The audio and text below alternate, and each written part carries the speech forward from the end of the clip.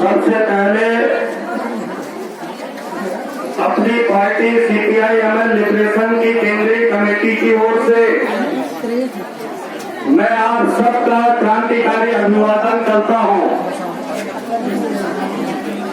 और इस प्रदर्शन के लिए हमारे मजदूर मुक्ति मोर्चे के तमाम नेताओं ने मानसा जिले के और प्रदेश के तमाम नेताओं ने कार्यकर्ताओं ने पिंड पिंड जाकर के पिछले 10-12 दिन जो मेहनत की है उस मेहनत का नतीजा है कि आप आज यहाँ पर इतनी बड़ी हजारों की तादाद में इकट्ठा हुए हैं।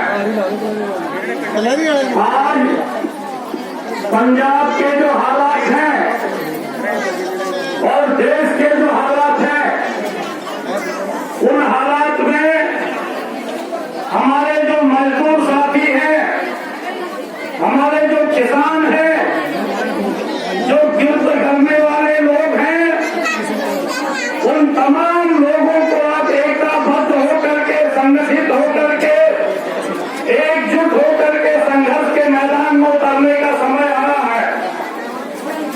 आप देख रहे हैं कि आज पंजाब के अंदर जो चल रहा है, केंद्र की सरकार के इशारे पर पंजाब का राज्यपाल पंजाब की सरकार को धमका रहा है कि हम तुम्हारी सरकार को गिरा देंगे, राष्ट्रपति शासन लगा देंगे। ये जो केंद्र की सरकार है, केंद्र की सरकार पूरे देश भर में जितनी भी विपक्ष की सरकारें हैं उन सरकारों को खरीदने, उन सरकारों को तोड़ने, उनको गिराने, उनको धमकाने और तमाम जो संवैधानिक संस्थाएं हमारी हैं, ED है, CBI है, इनके जरिए उनको डराने का काम कर रही है। और यही काम पंजाब में भी शुरू हो रहा है। पंजाब के लोगों ने एक बड़ा बहुमत देकर के सरकार को सत्ता में पहुंचाया। हम सरकार से कहना चाहते हैं कि तुम जो पंजाब के लोगों के साथ वादा खिलाफी कर रहे हो और आज जब केंद्र की सरकार तुमको धमका रही है तो तुम जनता से कर रहे हो वादा खिलाफी और उम्मीद कर रहे हो कि जनता आपके साथ खड़ी हो। जरूर हम ये कहना चाहते हैं कि केंद्र की तानाशाही, केंद्र की दादागिरी को न पंजाब में चलने दिया जाएगा, न देश में चलने दिया जाएगा। इसके लिए पंजाब का मजदूर भी, पंजाब का किसान भी और हमारी पार्टी CPI-ML लिबरेशन भी इस मामले में पंजाब सरकार के साथ है। लेकिन हम चेतावनी देना चाहते हैं मान सरकार को कि आप क्या लोकप्रिय वादा करके आए थे। आप लोकप्रिय वादा करके आए थे कि हम पंजाब की माओं को, बहनों को 1000 रुपया प्रति महीना उनको राज्य सरकार से सहायता देंगे, उनको मदद देंगे ताकि उनके हाथ में कुछ खर्चा पानी आए। आप वायदा करके आए थे कि हम गरीबों को खेती का जमीन देंगे, हम उनको आवास का पट्टा देंगे। लेकिन ये सरकार गरीबों को जो है कोई भी वायदा पूरा करने से जो है वो भाग रही है। आपने देखा कि अभी हाल में पंजाब के 14 जिले बाढ़ से प्रभावित हुए हैं। बहुत ज्यादा पानी हिमाचल से पंजाब के जिलों में आया, गांव में आया, गरीबों के घर टूट गए, किसानों की फसल नष्ट हो गई। लेकिन ये सरकार लोगों को मुआवजा देने के लिए तैयार नहीं है, ये उसका आकलन करने के लिए तैयार नहीं है। मैं आपसे कहना चाहता हूं, मैं आज देख रहा था आंकड़े इस पंजाब के अंदर, अगर आप देखें तो ये जो 1000 रुपया महीना हमारी माओ बहनों को सरकार ने देने का वायदा किया था, ये वायदा अगर ये सरकार पूरा करने की तरफ बढ़ती है तो ज्यादा से ज्यादा 10-12 हजार करोड़ रुपया इसको खर्च करना पड़ेगा। इससे ज्यादा खर्च नहीं करना पड़ेगा।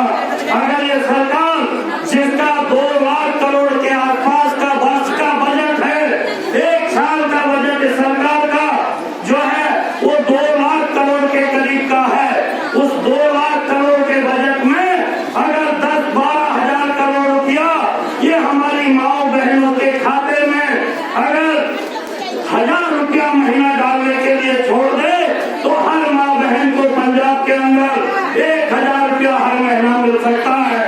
मनरेगा का सवाल है, रोजगार का सवाल है। अभी जैसे पंचायतें भंग हो गई है, सरपंच अब नहीं रहे, लेकिन ये सरकार की जिम्मेदारी है कि वो प्रबंधकों को तय करके हमारे गरीबों को जो कि बाढ़ से प्रभावित हैं, घर टूट गए हैं, मजदूरों को रोजगार की जरूरत है, गरीब किसानों को, छोटे किसानों को रोजगार की जरूरत है। इसलिए गांव-गांव में तत्काल मनरेगा योजना के तहत काम चलाया जाना चाहिए। और केंद्र सरकार ने तो मनरेगा योजना में बजट कम कर दिया है। मुश्किल से 40-50 दिन का रोजगार साल भर में एक मजदूर को मिलता है। पंजाब के अंदर 32 लाख मजदूर हमारा मनरेगा में पंजीकृत है, जिसका जॉब कार्ड बना है। 16 लाख मजदूरों को इस पंजाब के अंदर मनरेगा का काम मिलता है। लेकिन मैं कहना चाहता हूँ कि राज्य सरकार को अगर केंद्र पूरा नहीं दे रही है तो 50 दिन के रोजगार की गारंटी की घोषणा राज्य सरकार को हमारे मजदूरों के लिए करनी चाहिए। और अगर ये घोषणा सरकार करती है तो इस पर ज्यादा खर्च नहीं है, उसको मुश्किल से 2 से 3 हजार करोड़ रुपया खर्च करना पड़ेगा।